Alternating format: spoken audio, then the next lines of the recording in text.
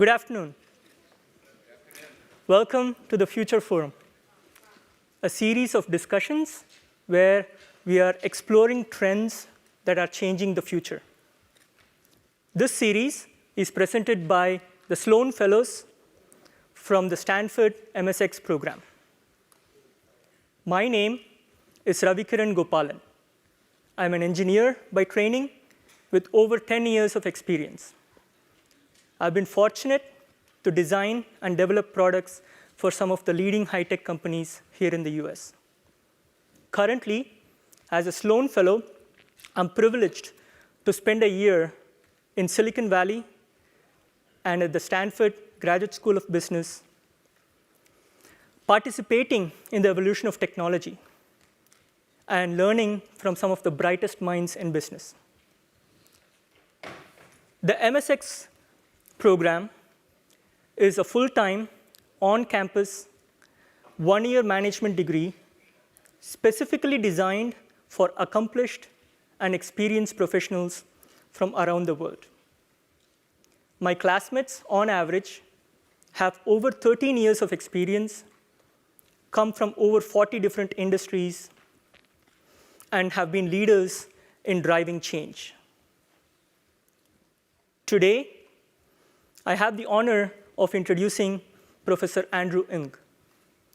Andrew is one of the leading thinkers in artificial intelligence with research focusing on deep learning. He has taught machine learning for over 100,000 students through his online course at Coursera. He founded and led the Google Brain project, which developed massive-scale deep learning algorithms. He's currently the VP and Chief Scientist of Baidu, the co-chairman and co-founder of Coursera, and last but not the least, an adjunct professor right here at Stanford University. Please join me and the 2017 Sloan Fellows in welcoming Professor Andrew Ng. Thank you.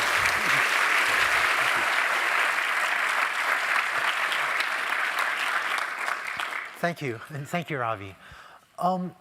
So what I want to do today is talk to you about AI. So as Ravi mentioned, right now I lead a large AI team at Baidu, about 1,300 scientists and engineers and so on. So I've been fortunate to see a lot of AI applications, a lot of research in AI, as well as a lot of users in AI in many industries and many different products. So as I was preparing for this presentation, I asked myself what I thought would be most useful to you. And what I thought I'd talk about is four things. I want to share with you what I think are the major trends in AI, because I guess the title of this talk was, AI is the new electricity. Just as electricity transformed industry after industry 100 years ago, I think AI will now do the same. So I share with you some of these exciting AI trends that I and many of my friends are seeing. Want to discuss with you some of the impact of AI on business, whether to the GSB students and to the Sloan Fellows, whether you go on to start your own company after you leave Stanford, or whether you join a large enterprise. I think that there's a good chance that AI will affect your work, so I'll share with you some of the trends for that. And then talk a little bit about the process of working with AI, so some kind of practical advice for how to think about not just how it affects businesses, but how AI affects specific products and how to go about growing those products. And then finally, I think for the sign up for this event, there was a space for some of you to ask some questions, and quite a lot of you asked questions about the societal impact of AI. So I'll talk a little bit about that as well. Right? So, the title of this talk, that was projected. No, I guess not. All right. And I think on the website, the title was listed as AI is the new electricity. So it's this analogy that we've been making for, I don't know, over half a year or something. And about 100 years ago, we started to electrify the United States, right? Grow up electric power. And that transformed transportation, it transformed manufacturing, using electric power instead of steam power. It transformed agriculture, right? I think refrigeration was really a killer app. Transformed healthcare, and so on and so on. And I think that AI is now positioned to have an equally large transformation on many industries. The IT industry, which I work in, is already transformed by AI. So today at Baidu, web search, advertising, all powered by AI. The way we decide whether or not to approve a consumer loan, really, that's AI. The way when someone orders takeout through a Baidu on-demand food delivery service, AI helps us with the logistics to route the driver to your door, helps us estimate to tell you how long we think it'll take to get to your door. So it's really up and down. Both the major services, many other products in the IT industry are now powered by AI. Just wouldn't have been possible without AI. But we're starting to see this transformation of AI technology in other industries as well. So I think fintech, is well on its way to being totally transformed by AI. We're seeing the beginnings of this in other industries as well. I think logistics is partway through its transformation. I think healthcare is just at the very beginnings, but there are huge opportunities there. Everyone talks about self-driving cars. I think that will come as well. A little bit, that'll take a little bit of time to land, but that's another huge transformation. But I think that we live in a world where just as electricity transformed almost everything 100 years ago, today I actually have a hard time thinking of an industry that I don't think AI would transform in the next several years, right? And maybe throughout this presentation, maybe at the end, if during Q&A, if you can think of an industry that AI won't transform, like a major industry, not a minor one, raise your hand at the end and let me know. I can just tell you now my best answer to that. So, I once, when my friends and I, sometimes my friends and I actually challenge each other to name an industry that we don't think would be transformed by AI. My personal best example is hairdressing, right? Cutting hair. I don't know how to build a robot, to replace my hairdresser. Although I once said this same statement on stage, and one of my friends, who is a robotics professor, was in the audience. And so my friend stood up, and she pointed at my head, and she said, Andrew, for most people hairstyles, I would agree you can't build a robot, but for your hairstyle, Andrew, I could build All right. So, despite all this hype about AI, what is AI doing, right? What can AI really do? Is driving tremendous economic value, easily billions, maybe actually at least tens of billions, maybe hundreds of billions of dollars worth of market cap. But what exactly is AI doing? It turns out that almost all this ridiculously huge amounts of value of AI, at least today, and the future may be different, but at least today, almost all this massive economic value of AI is driven by one type of AI, by one idea. And this technical term is called supervised learning. And what that means is using AI to figure out a relatively simple A to B mapping or A to B response, input to relatively simple A to B or input to response mappings. So for example, given a piece of email, if I input that, and I ask you to tell me if this is spam or not, right? So given an email, output 0 or 1 to tell me if it's spam or not, yes or no. This is an example of a problem where you have an input, A, like an email, and you want a system to give you a response, B, 0 or 1. And this today is done with supervised learning. Or, given an image, tell me what is the object in this image. And maybe you have 1,000 objects or 10,000 objects you're trying to recognize. So you input a picture and output a number from, say, 1 to 1,000 that tells you what object is this. This AI can do. Some more interesting examples. Given an audio clip, maybe you want to output the transcript. So this is speech recognition, right? Input an audio clip and output the text transcript of what was said. So that's speech recognition. And the way that a lot of AI is built today is by having a piece of software learn. I'll say exactly in a second what I mean by the word learn, what it means for a computer to learn. But a lot of the value of AI today is having a machine learn these input to response mappings. Or, given a piece of English text, output the French translation. Or I talked about going from audio to text, or maybe you want to go from text and have a machine read out the text in a very natural sounding voice, right?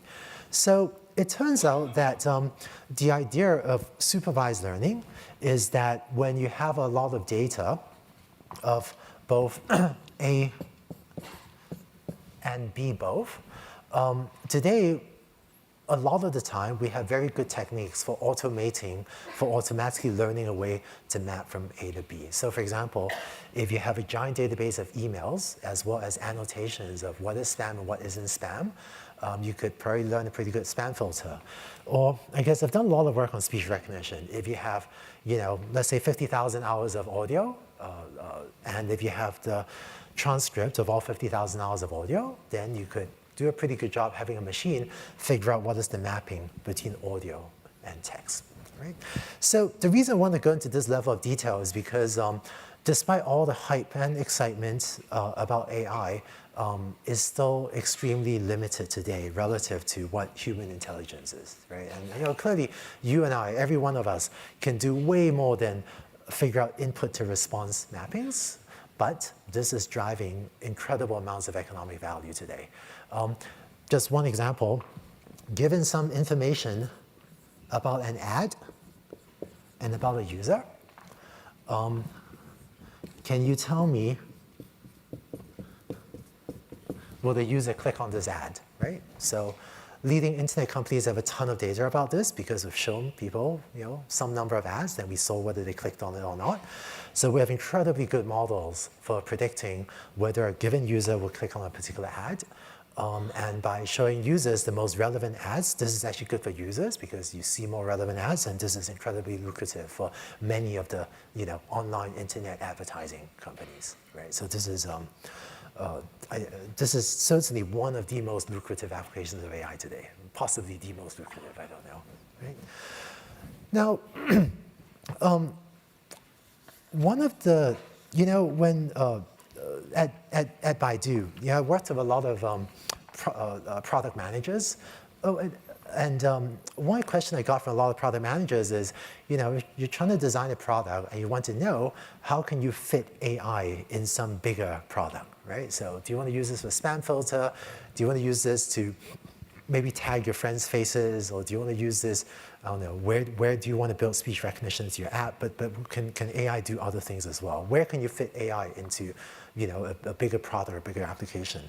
So some of the product managers I was working with were struggling to understand what can AI do and what can't AI do. So, I'm curious, how many of you know what a product manager is and what a product manager does?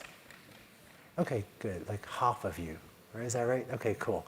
I asked the same question at an academic AI conference, and I think only about 1/5 of the hands went up, which is interesting. But just to summarize quickly, in the workflow, a lot of tech companies, is the product manager's responsibility to work with users, look at data, to figure out what is a product that users desire, to design, the features and sometimes also the marketing and the pricing and so on. But let me just say, design the features and figure out what is the product supposed to do. Are you, for example, I don't know, should you have a like button or not? Do you let users vote this up or down? Do you try to have a speech recognition feature or not? So to really design the product, and then you give the product spec to engineering, which is then responsible for building it, right? There's a common division of labor in technology companies between product managers and engineers.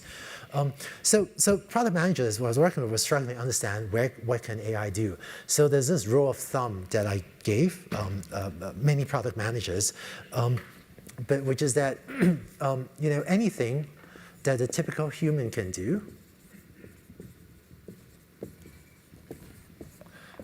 with at most 1 second of thought,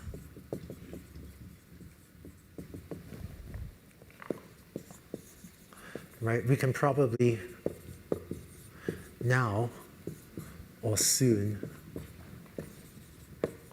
automate with AI, okay?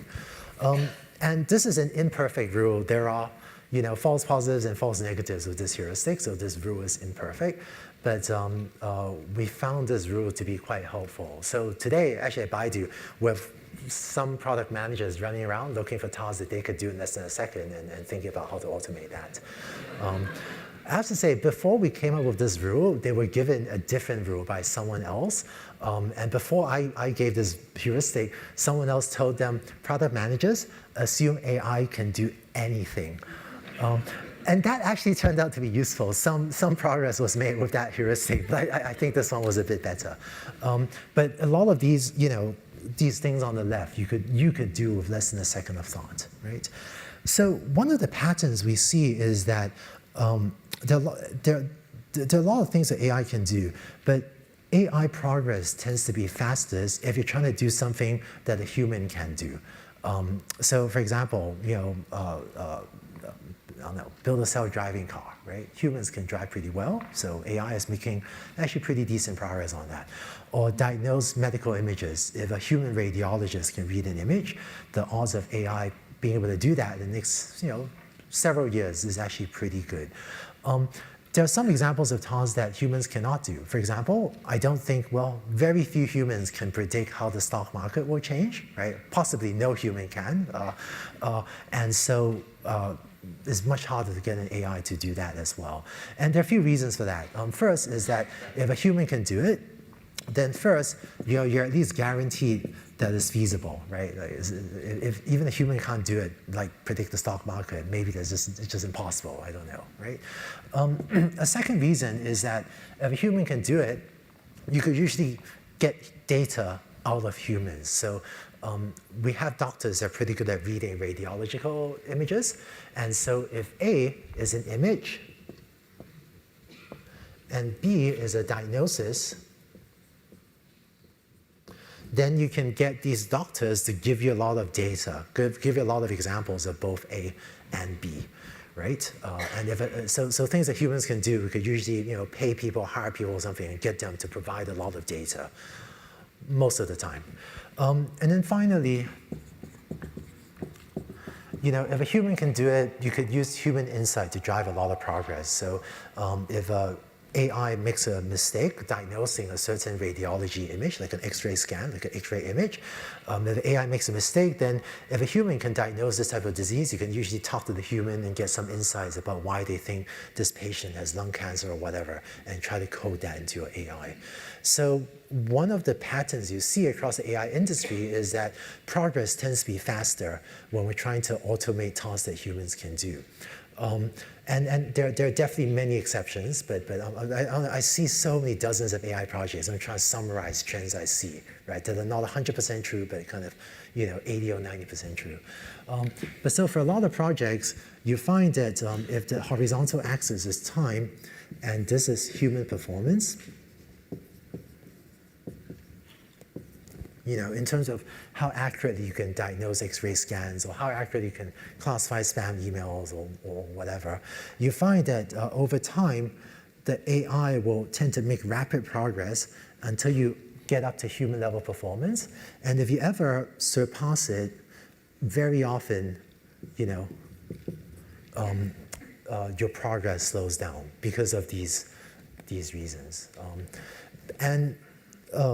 One of the so this is great because this gives AI a lot of space to automate a lot of things.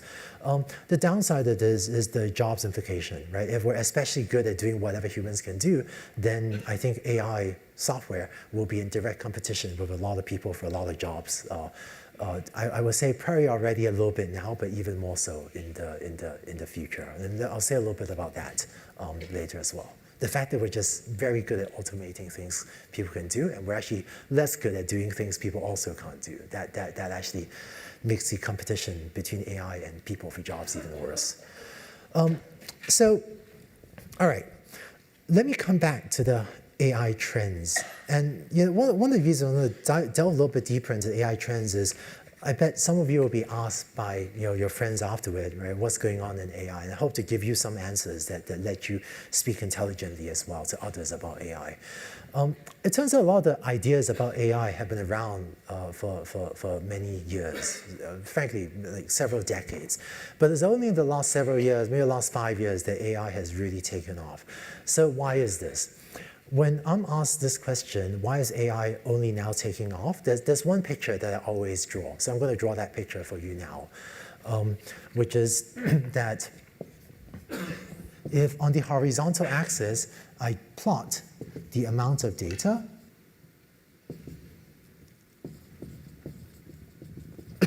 and on the vertical axis, I plot the performance, of an AI system.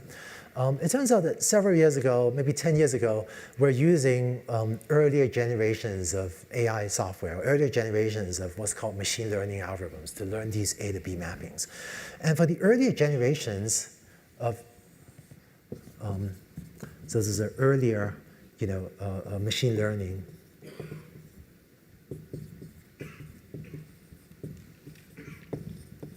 Actually, sorry, let me just call this traditional machine learning algorithms, right? It turns out that for the earlier generations of machine learning algorithms, even as we fed it more data, its performance did not keep on getting better. It was as if, beyond a certain point, it just didn't know what to do with all the additional data you are now giving it. And here by data, I mean the amount of A, B data, right, with both the input A as well as the target B that you wanted to output.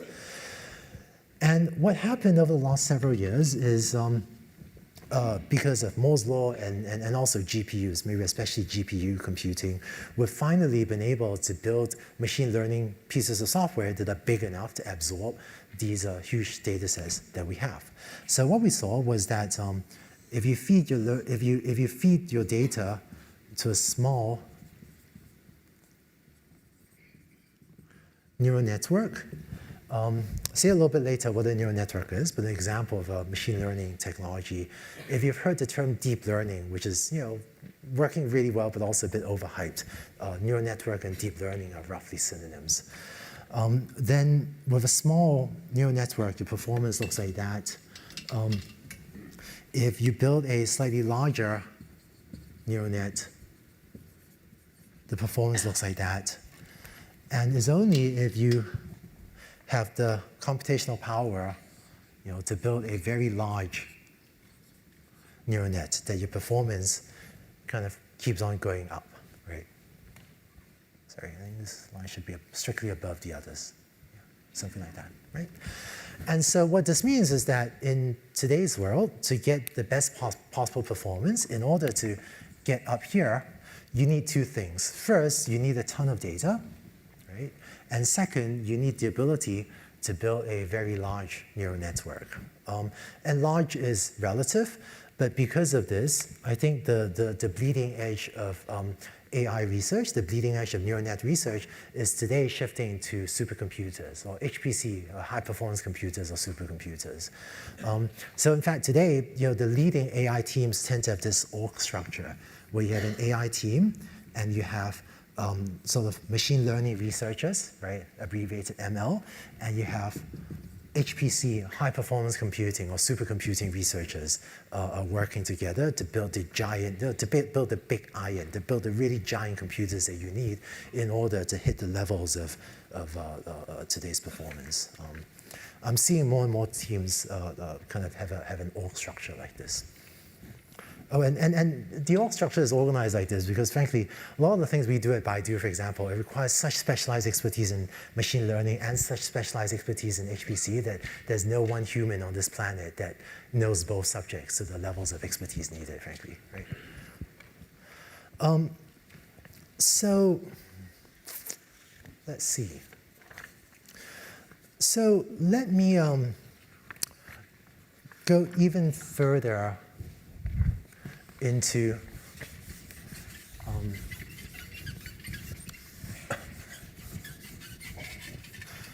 let's see. So if you bear with me, in the questions that some of you asked on the website signing up for this event, some of you asked about what evil AI killer robots taking over humanity and so on.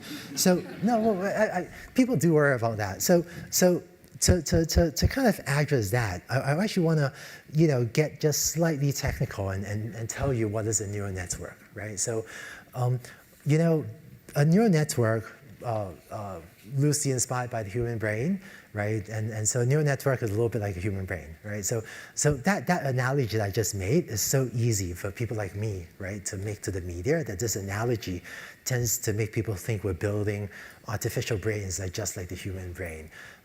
The reality is that today, frankly, we have almost no idea how the human brain works. So we have even less idea of how to build a computer that works just like the human brain.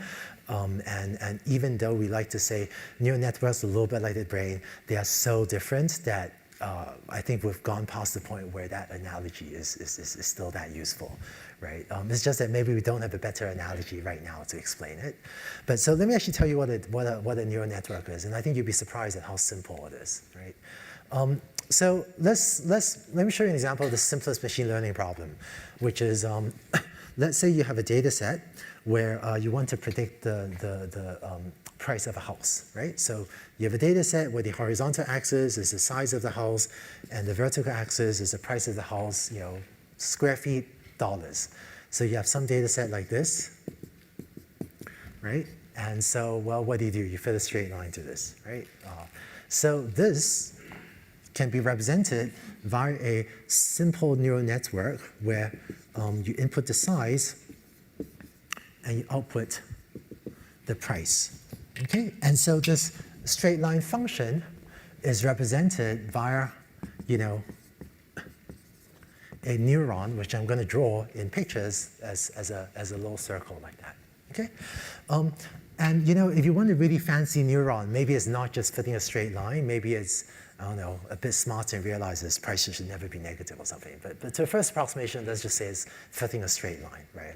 Maybe you don't want it to be negative or something, right? But now, so this is maybe the simplest possible neural network. One input, one output, with a single neuron. So what is a neural network? Well, it's just taking a bunch of these things, really taking a bunch of these things and stringing them together. So instead of predicting the price of a house just based on the size, maybe you think that the price of a house actually depends on several things, which is, well, first is the size, and then there's the number of bedrooms. And depending on the square footage and the number of bedrooms, this tells you, right, what family size this can comfortably support, right? Can this support your family of 2, a family of 4, family of 6, whatever, right?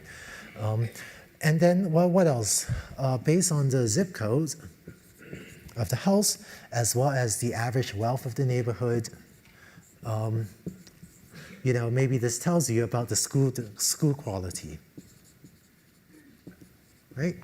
So with 2 little neurons, one that tells us the family size the house can support, one that tells us the school quality, and maybe the zip code also tells us, how walkable is this, right? And maybe if I'm buying a house, maybe ultimately I care about what family size and support. Is this a walkable region? What's the school quality? So let's take these things and string them into another little neuron, another linear function or something like it, that then outputs the price, okay? So this is a neural network. And one of the magics of a neural network is that I gave this example as if, when we're building this neural network, we have to figure out that family size, walkability, and school quality are the 3 most important things that determine the price of a house, right? As I drew this neural network, I talked about those 3 concepts. Part of the magic of a neural network is that when you are training one of these things, you don't need to figure out what are the important factors. All you need to do is give it the input A and the response B, and it figures out by itself what are all of these intermediate things that really matter for predicting the price of a house. And part of the magic is when you have a ton of data, when you have enough data, A and B, it can figure out an awful lot of things by itself, right?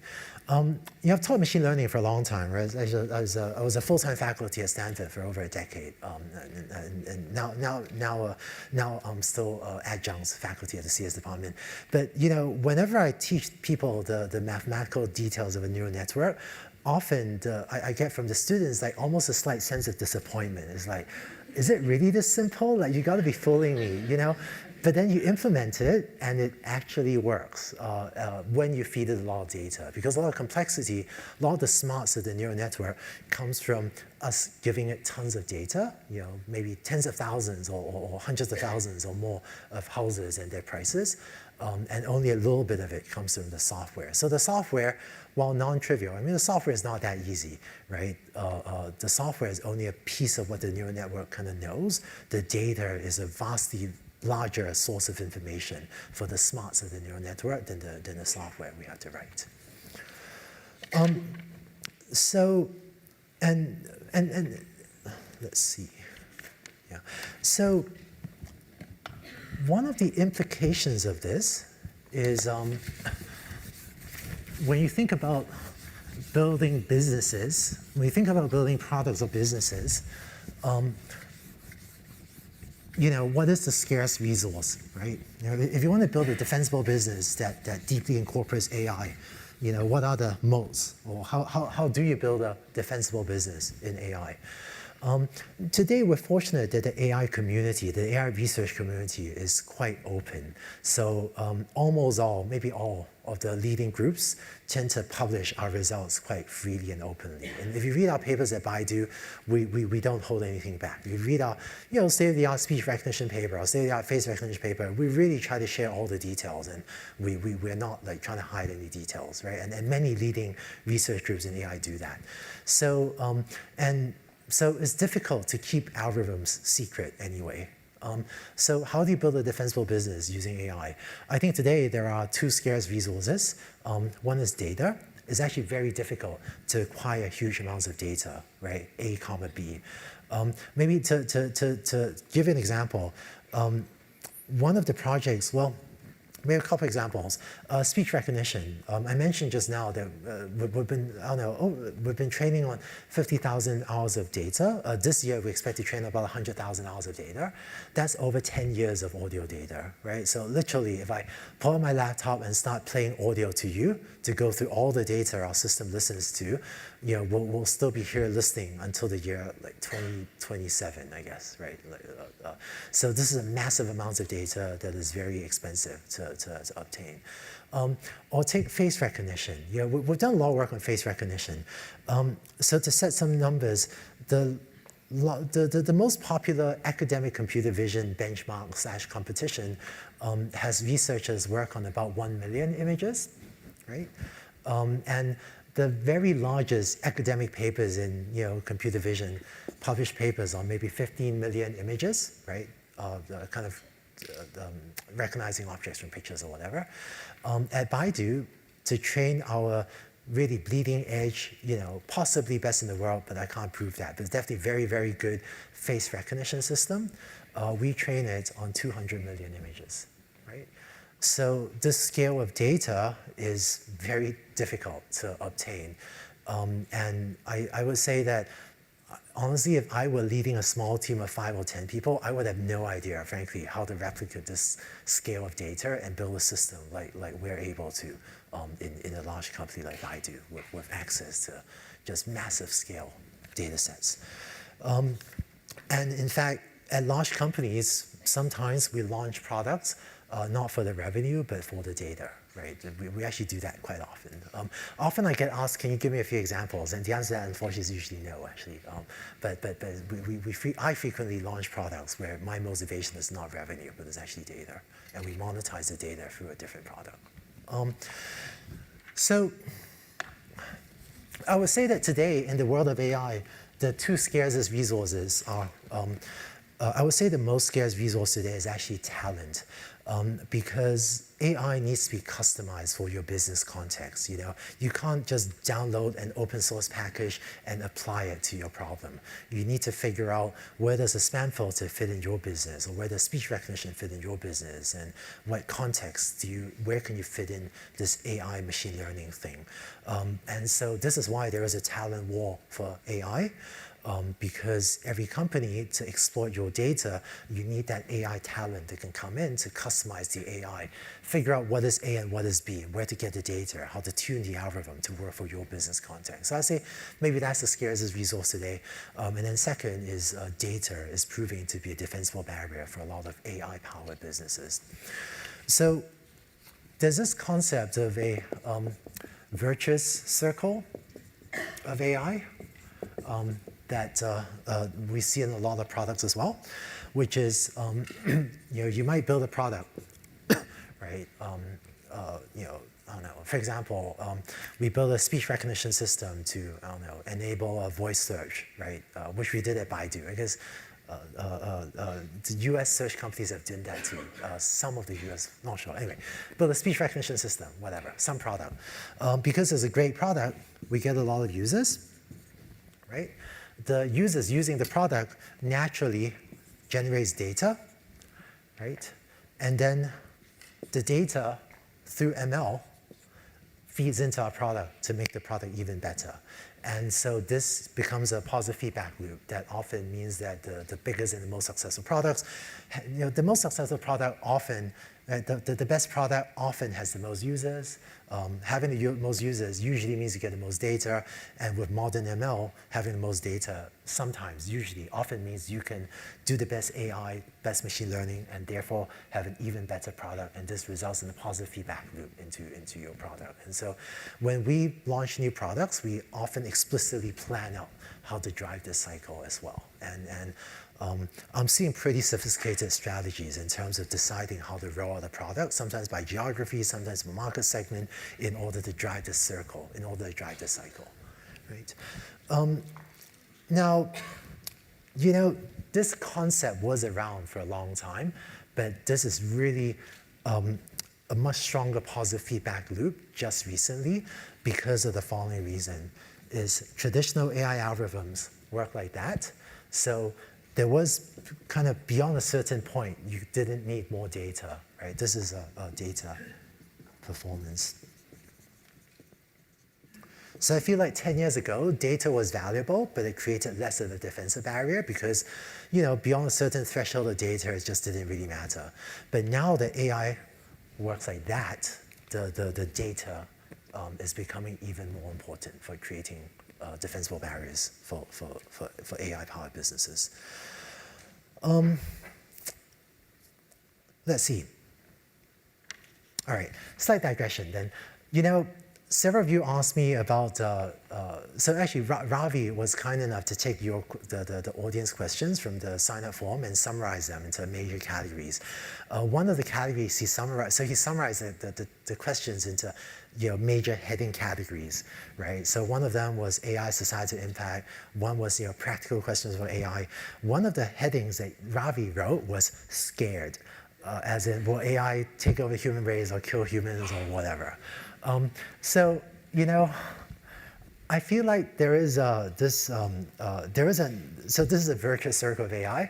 There is I'm not sure what to call it. I'm going to call it the non-virtuous circle of hype. When preparing for this talk, I actually went to a thesaurus to look up antonyms, opposites of the word virtuous, and vile came up, but I thought vile circle of hype was a bit too provocative. I don't know.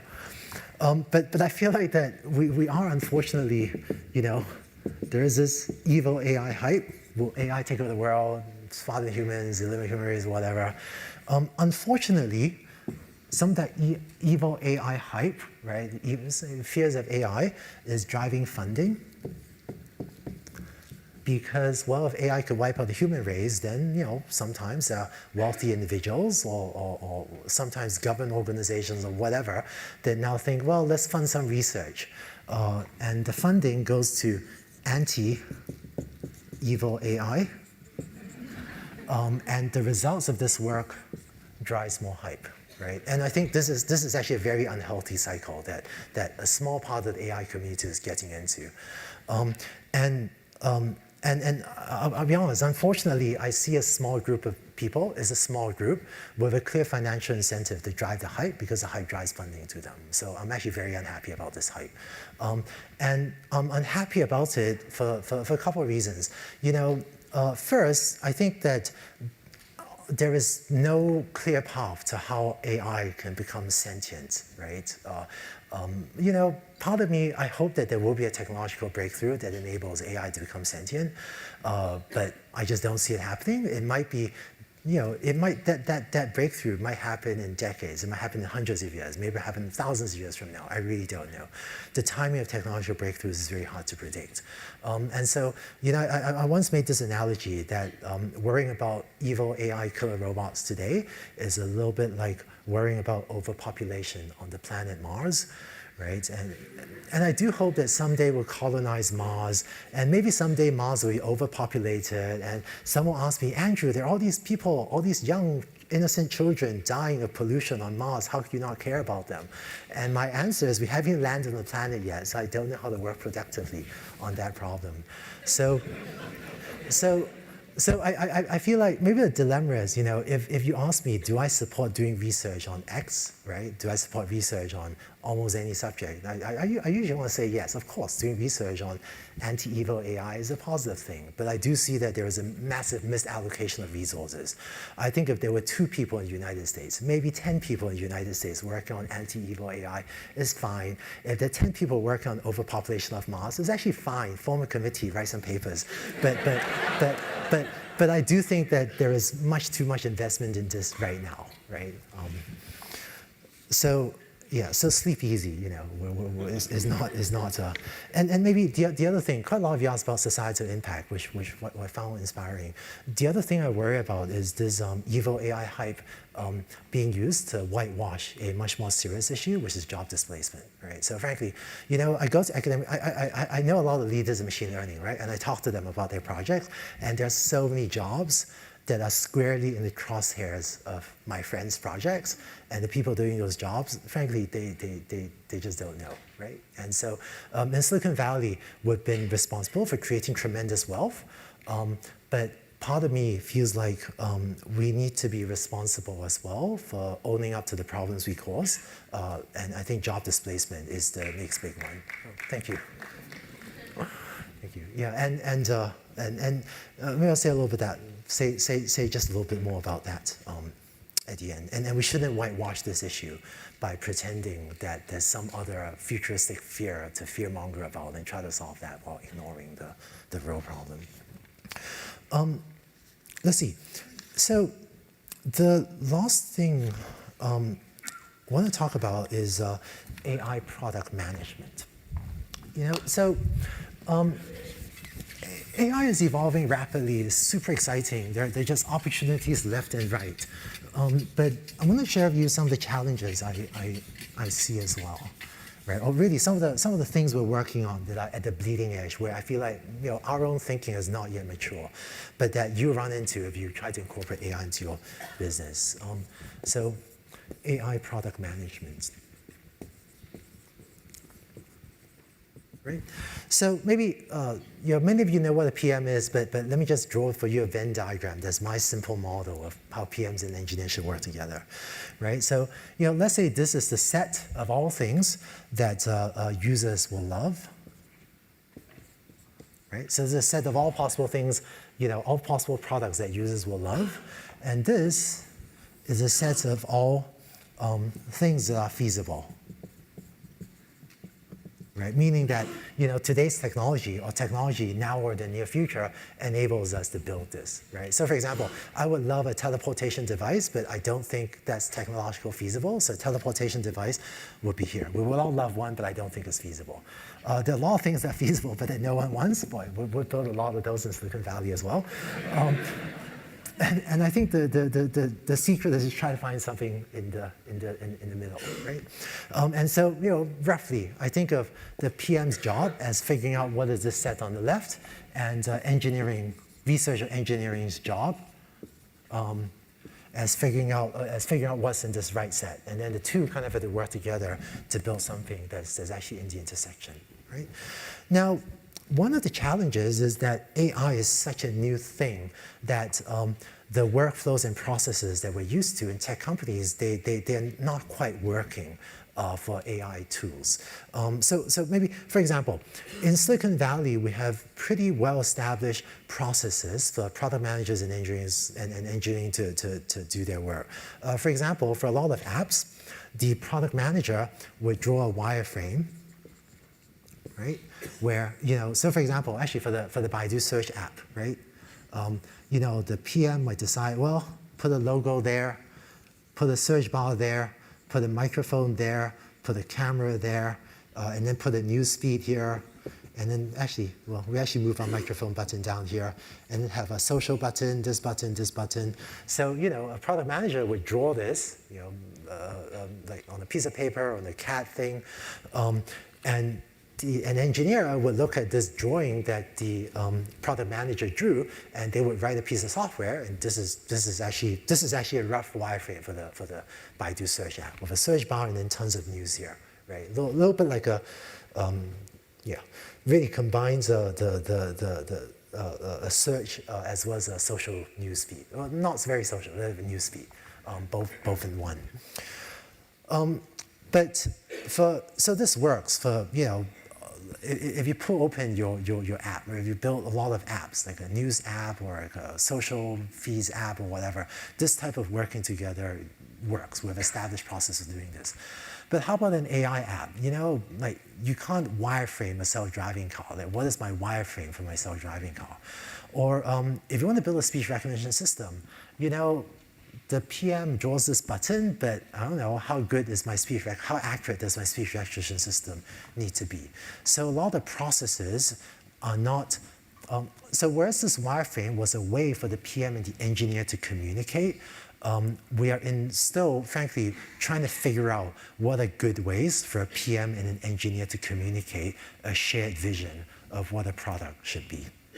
That makes sense? So the PM does a lot of work, goes out, figures out what's important to users, and they have in their head some idea of what this product should be. But how do they communicate that to the engineer, right? And so as a concrete example of that,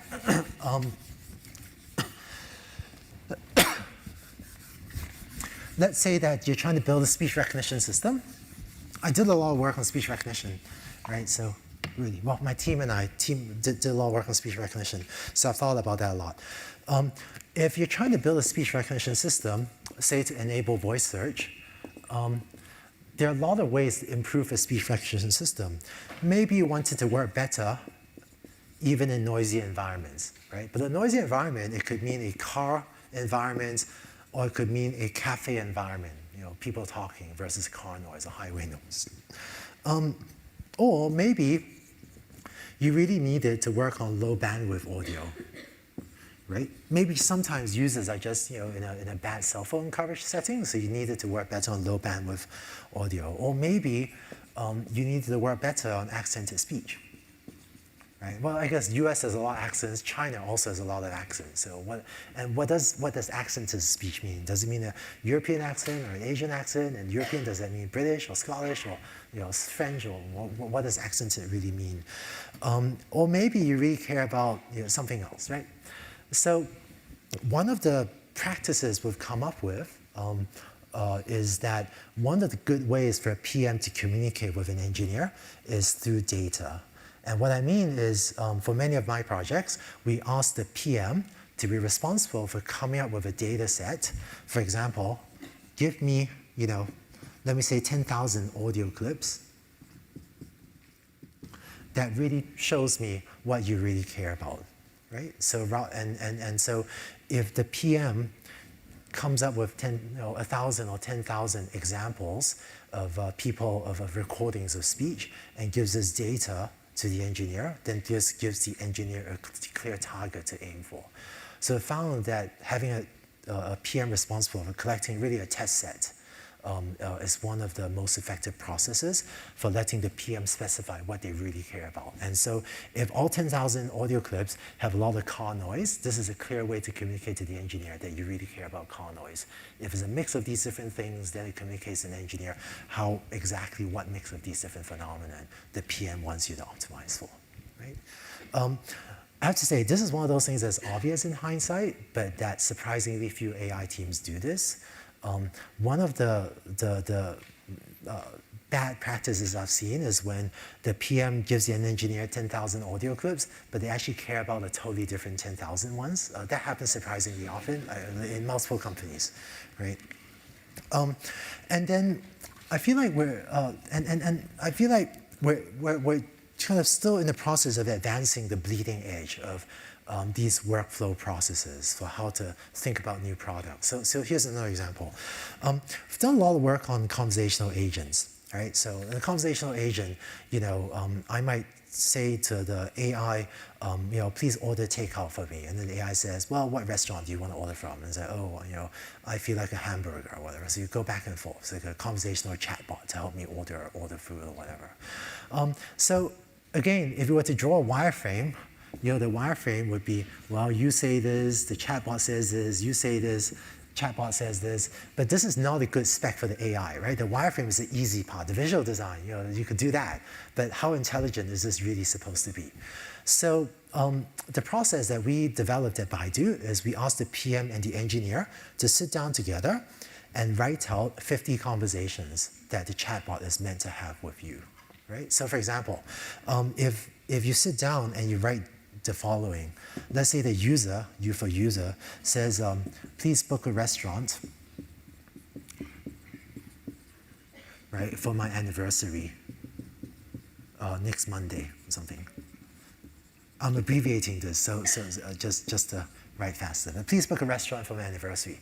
If the PM then says, well, in this case, I want the AI to say, okay, and do you want flowers? Right? Do you want me to order flowers? What we found is that this then creates a conversation between the PM and the engineer, where the engineer asks the PM, wait, do you want me to suggest an appropriate gift for all circumstances and all possible appropriate gifts? Like for Christmas, I would suggest some other, I don't know what to buy for Christmas, I guess. Or is it only for anniversaries you want me to buy flowers and I don't have to buy any other gift and not for anything other than anniversaries, right? But we found that the process of writing out 50 conversations between conversational agents and the engineer and PM sitting down together work through these conversations, that this is a good process to enable the PM to specify what they think is this set on the left of what the user would love, and for the engineer to tell the PM what the engineer thinks is feasible given today's chatbot technology, right? And so this is actually a process that we're using in multiple products. So I think that AI technology is advancing rapidly, and there are so many shiny things in AI. The things you see the most in PR are often the shiniest technology, but the shiniest technology is often not the most useful, right? But I think that we're still missing a lot of the downstream parts of the value chain of how to take the shiny AI technology that we, find out in research papers and how to think about how to develop a product or business, and we're definitely it definitely feels like we're in the software engineering today has established processes like code review and agile development. Some of you know what those are, right? But they're these well-established processes for writing code. I think we're still in the early phases of trying to figure out how on earth to organize the work of AI and the work of AI product. And this is actually a very exciting time to enter this field. Let's see. All right, I want to leave time for questions. So, all right, real quick. I want to share with you some specific examples of short-term opportunities for AI. All right, these are the things that are coming in the very near future. Let's see. I think I mentioned. I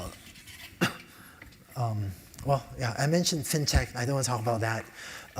In the near-term future, I think speech recognition will take off. It's just in the last year or two that speech recognition reached the level of accuracy where it's becoming incredibly useful. So about 4 or 5 months ago, there was a Stanford University-led study done by James Landay, led by James Landay, who's a professor of computer science, together with us at Baidu and the University of Washington, that showed that speech input on a cell phone is 3x faster using speech recognition than typing on a cell phone, right? So speech recognition has passed the accuracy threshold where you actually are much faster and much more efficient using speech recognition than typing on a cell phone keyboard. And this is true for English and for Mandarin Chinese. But I think, and at Baidu, over the past year, we saw 100% year-on-year growth on the use of speech recognition across all of our properties. So I think we're beyond the knee of the curve where speech recognition will take off rapidly.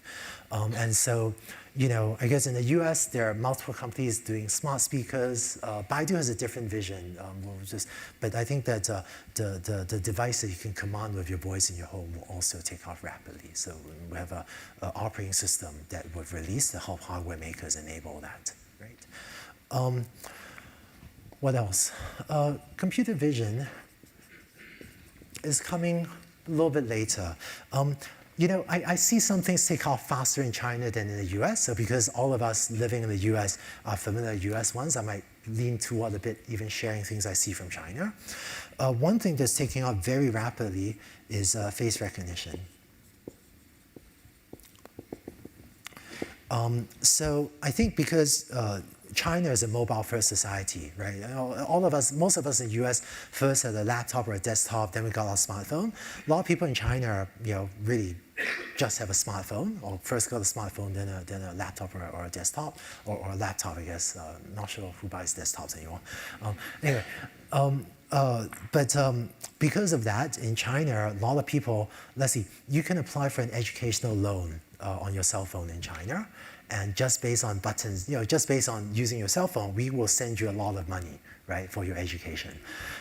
So because of these very material financial transactions that are happening over your cell phone, before we send you a lot of money, we would really like to verify that you are who you say you are, right?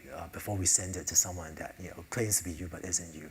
So this in turn has driven a lot of pressure for progress in face recognition. And so face recognition on mobile devices is as a means of biometric identity verification is taking off in China.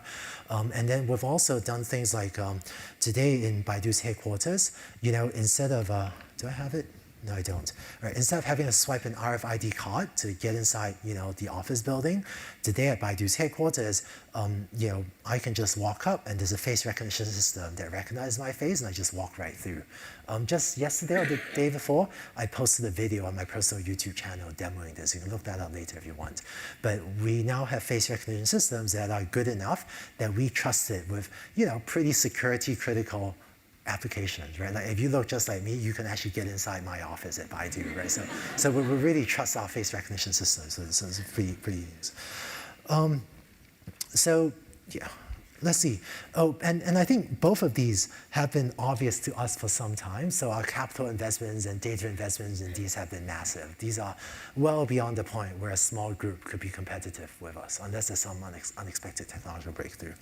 I'll mention some things, you know, a little bit further out. I'm personally very bullish about the impact of AI on healthcare. I spent quite a bit of time on this myself. And I think, well, the obvious one that a lot of people talk about is medical imaging. I do find it challenging. Yeah, I do think that a lot of radiologists that are graduating today will be impacted by AI, you know, definitely sometime in the course of their careers. If you're planning for a 40-year career in radiology, I would say that's not a good plan. Yeah. But beyond radiology, I think there are many other verticals, some of which we're working on, but there's this huge opportunity there. And anyway, and on and on and on, right? And I think fintech is there. I hope education will get there, but I think education has other things to solve before it really needs a huge impact by AI. But I really think that AI, you know, will be incredibly impactful in many different verticals. So let's see. And what I talked about today was kind of AI technology today, right? So really supervised learning. And I would say that the transformation of all of these industries, there's already a relatively clear roadmap for how to transform multiple industries using just supervised learning. There are researchers working on even other forms of AI. You might hear words like unsupervised learning or reinforcement learning or transfer learning. There are other forms of AI as well that maybe don't need as much data, maybe has other advantages. Most of those are in the research phase, or most of them are used in very relatively small ways. They're not what's driving economic value today, but many of us hope that there'll be a breakthrough in these other areas, and if that comes to pass, then that will unlock additional waves of value. Right? So let's see. The field of AI has had several winters before, right? I think the field was overhyped, went down, somewhat overhyped, went down. So we think there were maybe 2 winters in AI, right? But many disciplines undergo a few winters, winter, and then eternal spring. And I actually think that AI has passed into the phase of eternal spring. And I think one of the questions that someone asked was, when will AI no longer be the top technology or something, right? And I feel like if you look at silicon technology, right? I think we're in the eternal spring of silicon technology, or maybe some other metal, some other material will surpass it, but the concept of a transistor, and computational circuits, that seems like it's going to be with the human race for a long time. And I think we have reached that point for AI, where AI, neural networks, deep learning, I think it will be with us for a long time. Can't predict hundreds of years out, but it could be a very long time, because it's creating so much value already, and because there is this clear roadmap for transforming several industries, even with the ideas we have, but hopefully there'll be even more breakthroughs and even more of these technologies. All right, very last topic. The jobs issue. I think that to the extent that we're causing these problems, the job displacement issue, I think we should own up to it. Just as AI displaces jobs, similar to the earlier waves of job displacement, I think that AI will create new jobs as well, maybe even ones that we can't imagine. So that's why I actually, so I worked at, seen development Coursera for a long time. I think one of the biggest challenges of education is motivation, right? As in, it's really good for you to take these courses and study, but it's actually really difficult for an individual to find the time and the space and the energy to do the learning that gives them these long-term benefits. So after the automation replaced a lot of agriculture, the United States built its current educational system, K-12 and a university, and it was a lot of work to build the world's current educational system. With AI displacing a lot of jobs, I'm confident that there will be new jobs, but I think also we need a new educational system to help people whose jobs are displaced reskill themselves to take on the new jobs. So one of the things that some governments, one of the things I think we should move toward is a model of basic income, but not necessarily universal basic income where you're paid to, quote, do nothing. But I think governments should give people a safety net, but pay the unemployed to study, right? To provide a structure that helps the unemployed to study so as to increase the odds of gaining the skills needed to re-enter the workforce and contribute back to the tax base that is paying for all those basic incomes. So I think we'll need a new deal in order to evolve society towards this new world where there are new jobs, but job displacements are also happening faster than before. And I'm happy to say more about that. Finally, this is really final thing. I know that here in the GSB, many of you have fantastic product business or social change ideas. One of the things I hope to do is try to connect GSB and CS. I think GSB and CS have very complementary sets of expertise, but for various complicated reasons we can get into, the two communities don't seem very connected. So I'm in the process of organizing some events that I hope will bring together some CS, some GSB, maybe also some VC, some capital investments to those of you interested in exploring new opportunities that AI creates. So if you want to be informed of that, sign up for this mailing list at bit.ly/GSB-AI. There's some things being organized, they're already underway, but actually, instead of taking a picture of this, you could just go and sign up for this on your cell phone right now. Because you can do this while I'm taking questions, but some of these things are already underway, but when they're ready to be announced, I'll announce it to the mailing list there so that you can come in and be connected to some of these other pieces of Stanford campus. So that, happy to take questions, but let me say thank you all very much.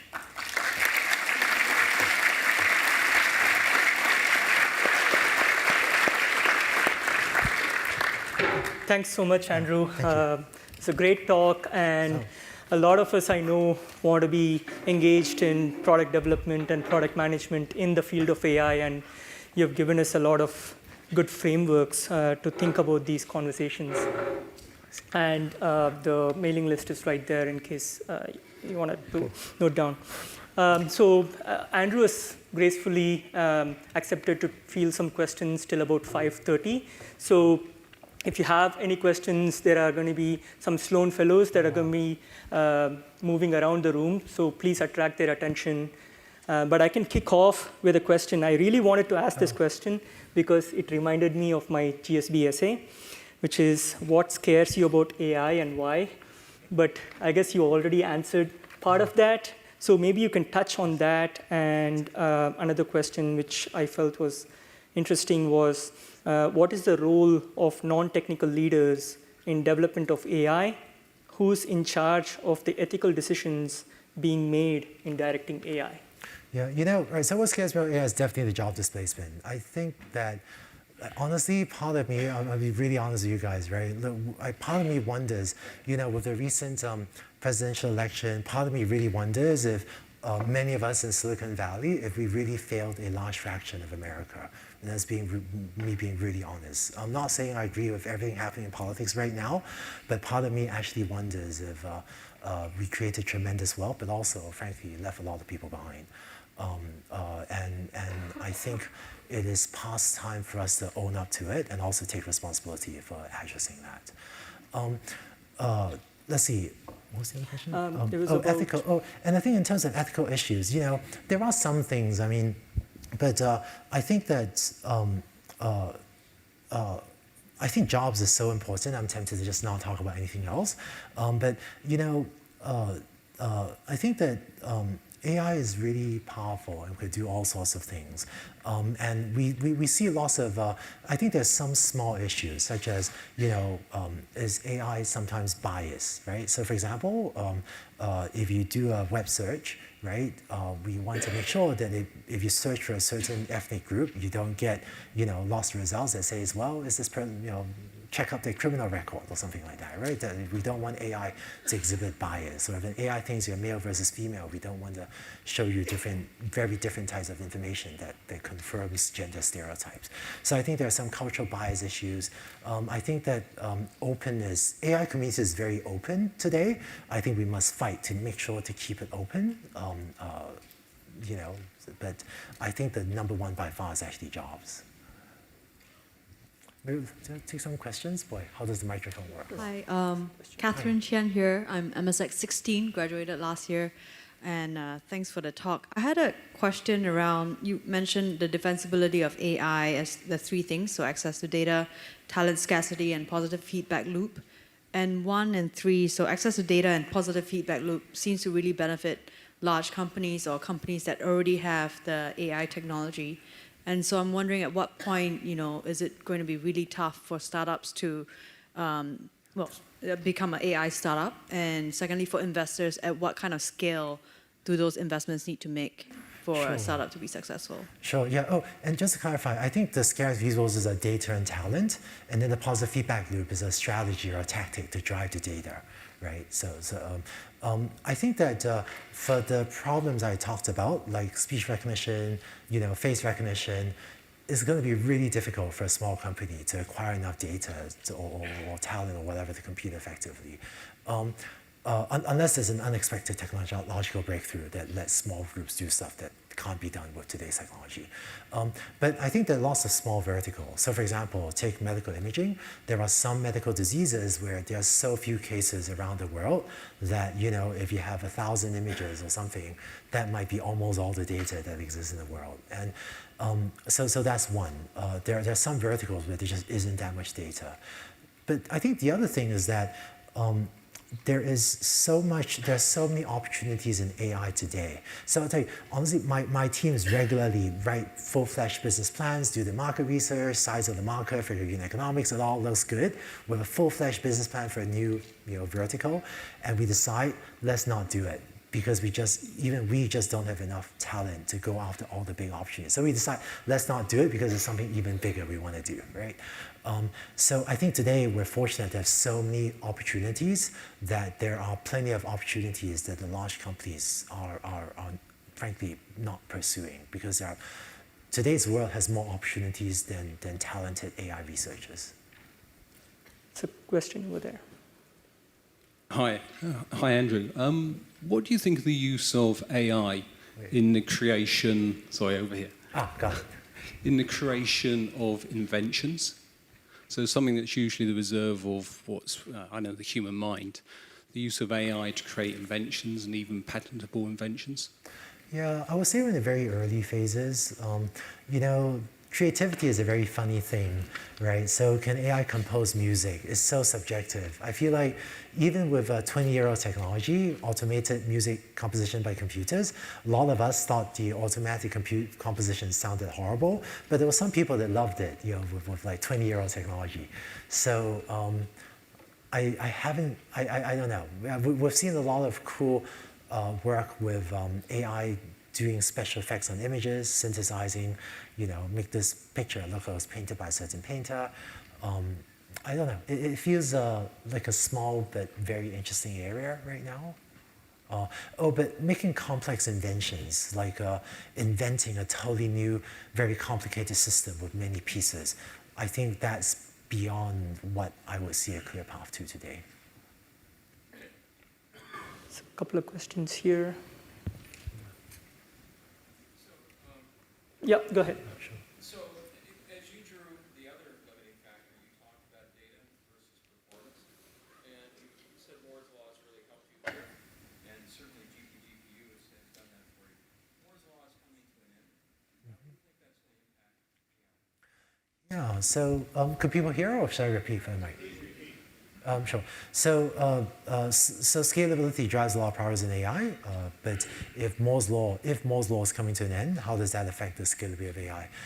It turns out that, let's see, so I think that, so I've seen the roadmaps of multiple, high-performance computing hardware type companies, and whereas Moore's law for a single processor doesn't seem to be working very well anymore, I have seen specific and I think credible roadmaps of microprocessor companies that show that for the types of computations we need for deep learning, for neural networks, I am confident that it will keep on scaling for the next several years.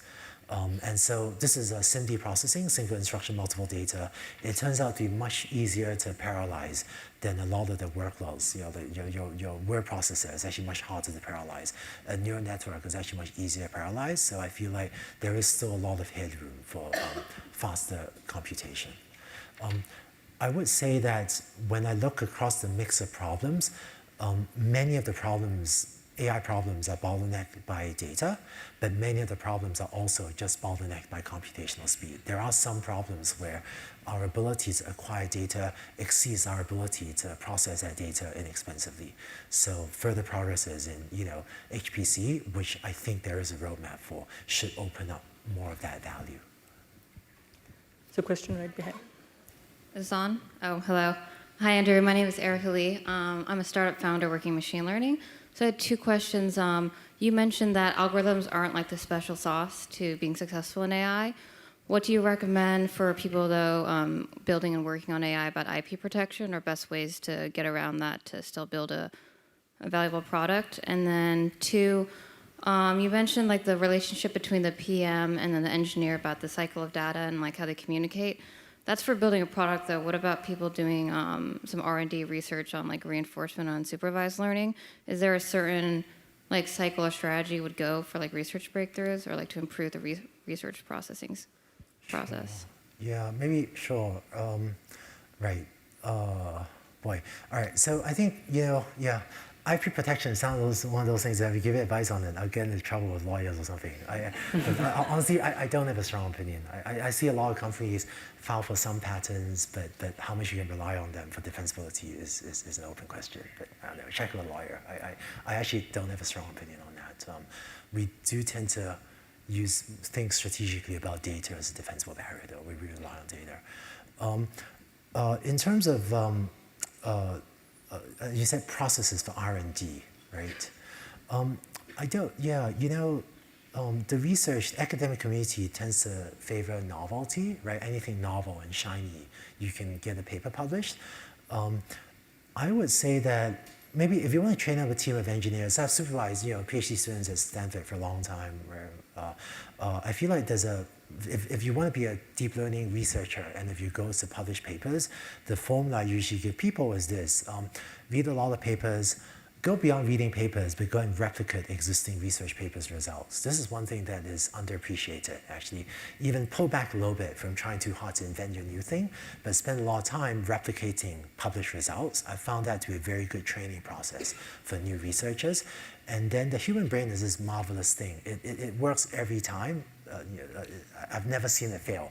But if you read enough papers, and really study them and understand them and replicate enough results, pretty soon you have your own ideas for pushing forward the state of the art. I've mentored enough PhD students to claim with high confidence that this is a very reliable process. And then go submit your paper and get it published. Over there. Thank you. So I'm a mechanical engineering student aspiring to be a roboticist when I graduate. I was wondering what are the best opportunities for mechanical engineers to go into as it relates to AI and robotics? Would you know that? Yeah, so I've seen a lot of ME people take up very successful careers in AI. Actually, one of my PhD students was an ME PhD student, and he transferred to the CS PhD program and did very well. I think that robotics has many opportunities in specific, you're a Stanford student, right? Ah, cool. Oh, I would say take some CS AI classes and try to work with the AI faculty. I do think that there are a lot of opportunities to build interesting robots in specific verticals. So I think precision agriculture is a very interesting vertical, right? So there are now multiple startups using AI. Actually, for example, I don't know, some of my friends are running Blue River, which is using computer vision to look at specific plants, like specific heads of cabbages, and kill off, have an AI decide which heads of cabbage to kill and which ones to let live, so as to maximize crop yield, right? So that's one application where AI is letting you make, this is life and death decisions, but this is life and death of heads of cabbage, not of humans, but it is letting you make one at a time life and death decisions for heads of cabbage. But I think that precision agriculture is one vertical. I don't know. Yeah, I think actually there's an interesting work in surgical robotics as well, but that has a bigger kind of FDA process approval, so that's a longer cycle. But I'm seeing lots of. Actually, one of the things that's taking off in China, there are a lot of companionship robots, more social companionship robots that are being built and sold in China. It's not really taken off in the US yet, but there are surprisingly many of these things in China. Thank you. Over there. Hi, I'm Phil. I'm co-founder of Hero Baby. It's a Palo Alto-based startup that helps parents to understand the developmental needs of their child and pair it with baby products. I'd love to hear your take on pairing AI with humans. If you think it's usually, for most applications, a faster way to focus on an AI-only approach right away, or actually have a hybrid solution of AI and humans. It's, for example, in self-driving cars or chatbots and so on. Yeah, I don't know that I have a general rule for that. It's so case by case, I guess. You know, a lot of the speech recognition work is about making humans more efficient in terms of how you communicate with or through your cell phone, for example. And then for self-driving cars, we know that if a car is driving and it wants you to take over, you need maybe 10, 15, maybe even longer seconds to take over. So it's incredibly difficult to wrench the attention from a distracted human back to take over a car. So that's why I think full autonomy, level 4 autonomy will be safer than trying to have a human take over at a moment's notice when the car doesn't know what to do. So that might be one case where this mix between full and partial automation is challenging from a user interface point of view. So I don't know that I have a general rule for that. There's some questions on the top. Let's go a different direction. Okay, so when you talked about opportunities for AI, you mentioned the online education. I just want to know more about this. You mentioned that the motivation problem is one of the problems for online education. But do you think this is the biggest challenge that online education is facing that AI could probably solve, or do you think there are some other challenges for online education? Motivation, I mean, people don't want to spend enough time to finish the whole course. Yeah, so I think that actually, AI is helping with education, and people have talked about personalized tutors for a long time. And today Coursera uses AI to give you customized course recommendations, and there's AI for auto grading. So I would say it's definitely helping at the margins, but I would say that education still has a big digital transformation to go through, maybe even without that much involvement of AI. Maybe one pattern that's true for a lot of industries is first comes the data, and then comes the AI. So healthcare meets this pattern. Over the past, thanks to, partially the Obamacare, right? There's a huge movement in the United States, a movement in other countries too, toward electronic health records, EHR. So the rise of EHR and the fact that, your X-ray scans all went from film to digital X-rays. So that wave of digitalization has now created a lot of data that AI can eat to create more value. I would say that a lot of education still feels like it's first undergoing the digital transformation. And while AI can certainly help, I think there's still a lot of work to do for just the digital transformation. I think there's one more question on the top. Yeah, if you could talk a little bit about how Baidu is using AI for managing your own cloud data centers, primarily IT operations management use cases. Sure. So I guess, let's see. I'll give one example. We talked about this several years ago. We did almost 2 years ago, we did a project showing that we can detect hardware failures, especially hard disk failures, a day ahead of time using AI. And so this allows us to do preemptive maintenance, a hot swap a hard disk, copy the data off even before it fails, thus reducing costs and increasing reliability. We've also been working to reduce power consumption of our data centers. Some of the load balancing uses AI. I wouldn't say there's, I can't point to like one big thing, but I feel like in many places, AI has had an impact optimizing, various aspects of data center performance. We'd like to stay for longer, but we have to leave the room for the next event, so it'll probably be the last question. Hey, how are you here? I actually studied at both CS and GSB before. So my question is, you actually mentioned that the sweet spot for AI problem is, if human can process for less than a second, that would be a good problem set for AI to solve. Can you comment on the other way, on the other side of the spectrum, like, in your experience, a problem would take a lot more seconds or a long time for human to process, yet after careful modeling or careful planning, you are able to solve the problem via AI. Can you give some examples on that? Yeah, sure. All right, maybe a couple of so I'll give you a couple. There are things that AI can do that humans can't do in less than a second. So, for example, I think Amazon today does a way better job recommending books to me than even my wife does, right? And the reason is Amazon, has a much more intimate knowledge of what books I browse and what books I read than even my wife does. Advertising, honestly, leading internet companies have seen so much data about what ads people click on and don't click on, become remarkably good at that task. So there are some problems where a machine can consume way more data than any human can, and model the statistical patterns and make predictions. So this is something that AI surpasses human performance because it can consume so much data, right? Like Amazon knowing what my book preference is better than my wife.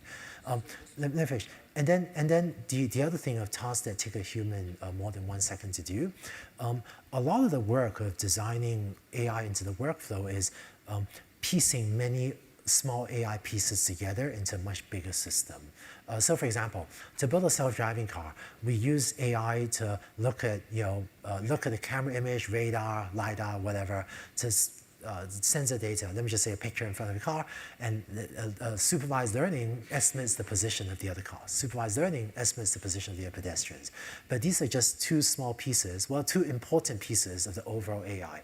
Then there's a separate piece that tries to estimate, well, where is this car going to be in 5 seconds? Where's this pedestrian going? There's another piece that plans, well, given that all of these other objects are moving in this way, how do I plan my car so that I don't hit anything? And then after that, there's then, how do I turn the steering wheel? Do I turn the steering wheel 5 degrees or 7 degrees to follow this path? So often, a complicated AI system has many small pieces, and a lot of the ingenuity is figuring out where to take this superpower of supervised learning and put it into this much bigger system that creates something very valuable. I'll probably take one more question behind. Just, I'm Mahidar. I'm a solutions architect in a company called VoltDB. My question was, you mentioned about jobs and wealth distribution as well. Since it's a management forum, I want to ask, what sort of role do you see for product managers when interacting with, like sociologists or legal profession? I mean, based on examples, like if you're building a car, self-driving car, like if there's a collision which is about to happen, would the developer or the AI has to take into consideration the person driving the car, or the person who's, the pedestrian who's it's about to hit? That's a legal question. So, but these there'll be a lot of questions like these. What do you see the role of a management interacting with different function areas? So the most famous example of variation of what you said is a thing called the trolley problem. Is a philosophy class ethical dilemma where I think your car is, the classical version, you have a trolley running on rails, and the trolley is about to hit and kill 5 people. And you have the option of yanking on a lever to divert the trolley to kill 1 person. So the ethical dilemma is, do you yank on the lever or not? Because if you do nothing, 5 people die. If you do something, 1 person dies, but you kill that person. So are you going to kill someone, right? Versus not doing anything. So it turns out that the trolley problem wasn't important even for trolleys, right? When we built trolleys, and in the whatever several hundred years of history of trolleys, I don't know that anyone actually had to decide whether or not to yank the lever. It's just not an important problem outside of philosophy classes. And I think that when self-driving car teams are not debating this. Philosophers are debating this. Frankly, if you're ever facing a trolley problem, chances are you made a mistake long ago. You should, when was the last time you faced a trolley problem, right? When driving your car? I expect a self-driving car to face it about as often as you have driving your car, right? Which is probably pretty much never. So I think right now the problem with self-driving cars is there's a big white truck parked across the road. Your options are slam into the truck and kill the driver, or brake. And we don't always make the right decision for that. So I would solve that first before solving the trolley problem. That's, I think, a good point to end this great talk. Thanks a lot. Thank you.